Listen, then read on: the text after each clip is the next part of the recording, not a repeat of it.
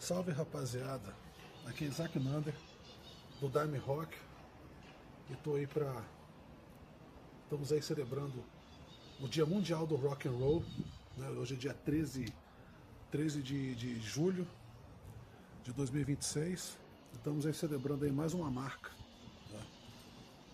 E eu que sou guitarrista há muitos anos, toquei em bandas como Herança Negra e hoje atualmente estou no Dime Rock. Participei com outros artistas durante muitos anos e estou aqui para poder prestar minha homenagem ao Dia Mundial do Rock and Roll, mundial ou nacional, que você preferir, né? Quais são os desafios, como está o rock atualmente e os desafios, né? Ser roqueiro hoje no Brasil, a gente sabe como é que é a dificuldade, né? Nós somos minoria, ou maioria silenciosa, não sei dizer. A gente pode aí ser do tipo de pessoas que gostamos de um estilo de música que não está na mídia, não toca nas rádios e nem tem muita abertura, mas isso não significa que nós somos um grupo de pessoas que não tem voz ativa. O Brasil hoje é o país do sertanejo, do funk e do sertanejo, funk, tem outro negócio, e o samba, o pagode. Mas não nada contra esses estilos, entendeu? Tenho profundo respeito por eles. Mas o Brasil, ele sempre vai ser um país que vai enfrentar terríveis. Não vou falar de dificuldade, não. Vamos falar do que é ser, do que é gostar de um estilo de música que preenche todas as expectativas do que a gente espera de boa música, né? Temos aí na história. O rock ele é o estilo de música mais rebelde que existe. Foi libertário, foi marcou uma grande época, foi a trilha sonora de uma época revolucionária, de mudanças profundas na política e no comportamento. Foi a primeira vez que jovens não seguiam os passos dos pais com relação a estilo musical. Todo mundo parou de escutar música clássica e passamos a escutar rock, Elvis, Little Richard, Buddy Holly, entendeu? E o que eu penso de como que está o rock hoje que é o Dia Mundial do Rock and Roll? Eu penso que o rock ele está voltando, ele nunca vai deixar de ter uma relevância, nunca vai deixar de ter uma força. Embora temos uma parcela de jovens que não entendem ou não conhecem o rock da forma como pessoas um pouco mais velhas conhecem. Mas isso não significa que vai ser um estilo esquecido. Hoje ele está no underground. Antigamente ele era mainstream e o rock hoje ele se destaca por ser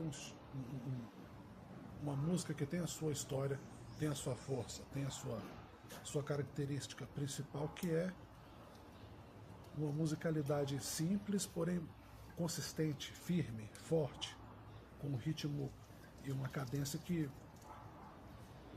expressa toda uma onda de inquietação e toda uma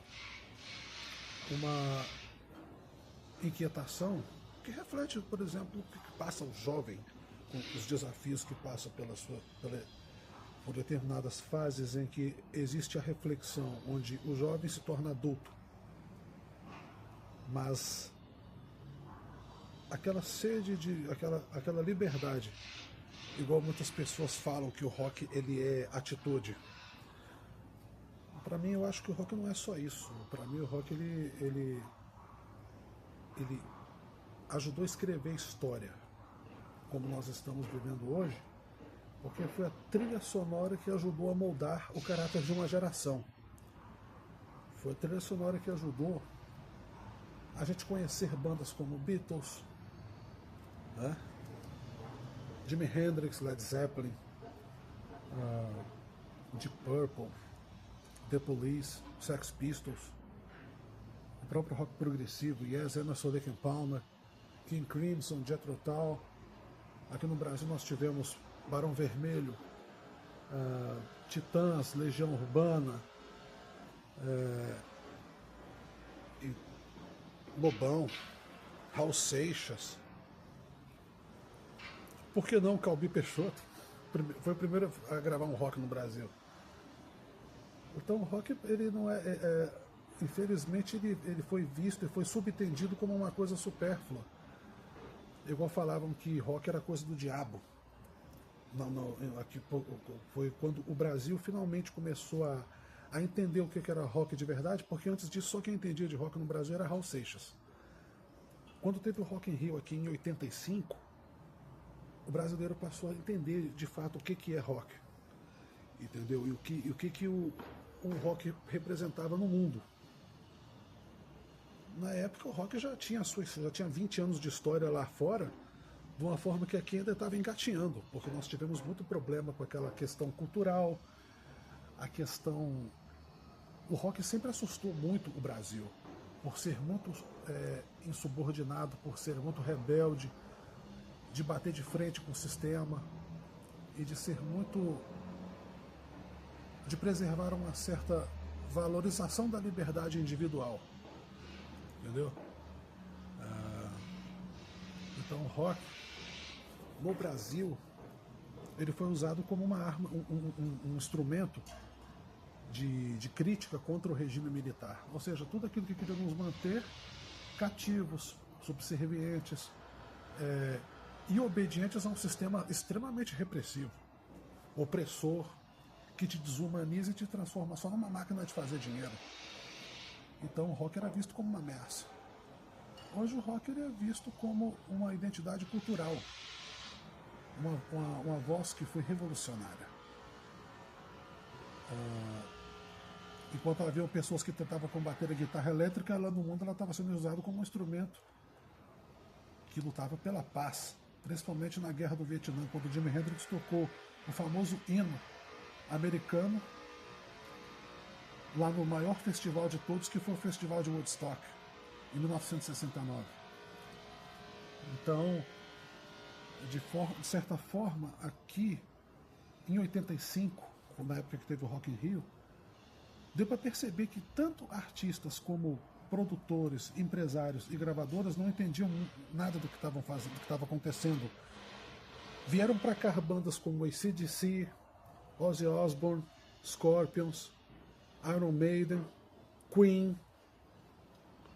Então esses caras, eles mostraram que o rock era uma coisa muito além do que guitarras, era muito além de amplificadores Marshall, era muito além de sistema de iluminação, cabelos longos e aquele subentendimento de que o rock era uma coisa de satanista, era uma coisa do diabo. Porque na verdade o que os roqueiros daquela época não eram satanistas. Eles apenas falavam de questões que abordavam uma coisa além do que a Jovem Guarda abordava, que era pegar na mão e falar de amor dentro do escurinho do cinema. Eles falavam do bem e do mal e abordavam assuntos que eram assustadores para uma sociedade muito careta. O que para mim era apenas uma espécie de linguagem, uma linguagem que expressava uma liberdade de abordar assuntos que eram considerados polêmicos, como religião, ocultismo, ou críticas a determinados tipos de sistemas que matavam presidentes e mandavam jovens para morrer na guerra. Né? E vivíamos numa época chamada Guerra Fria, que na verdade era apenas um jogo de xadrez entre grandes e poderosos sistemas de governo que disputavam entre si uma hegemonia política. Não tinha nada a ver com o bem contra o mal. Era só disputa de poder. Então, o que eu penso hoje do rock no Brasil? O brasileiro não é, cara.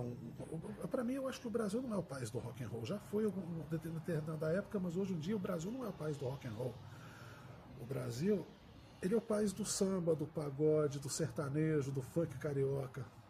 Entendeu? O brasileiro, ele é mais emotivo, já é mais corno, ele já é inseguro, ele já é apaixonado, ele já é cafona. Não tem nada a ver com essa coisa que acontece na Europa e nos Estados Unidos, entendeu? De jovem empunhar uma guitarra elétrica e ter uma linguagem para se expressar, seja quais sejam as frustrações juvenis, ou quais sejam as questões existenciais e quais são as dúvidas ou qual é a insegurança que todo mundo tem. Na verdade, a própria guitarra elétrica que foi revolucionária na mão de um cara chamado Van Halen, entendeu? Que falava basicamente de encontros amorosos em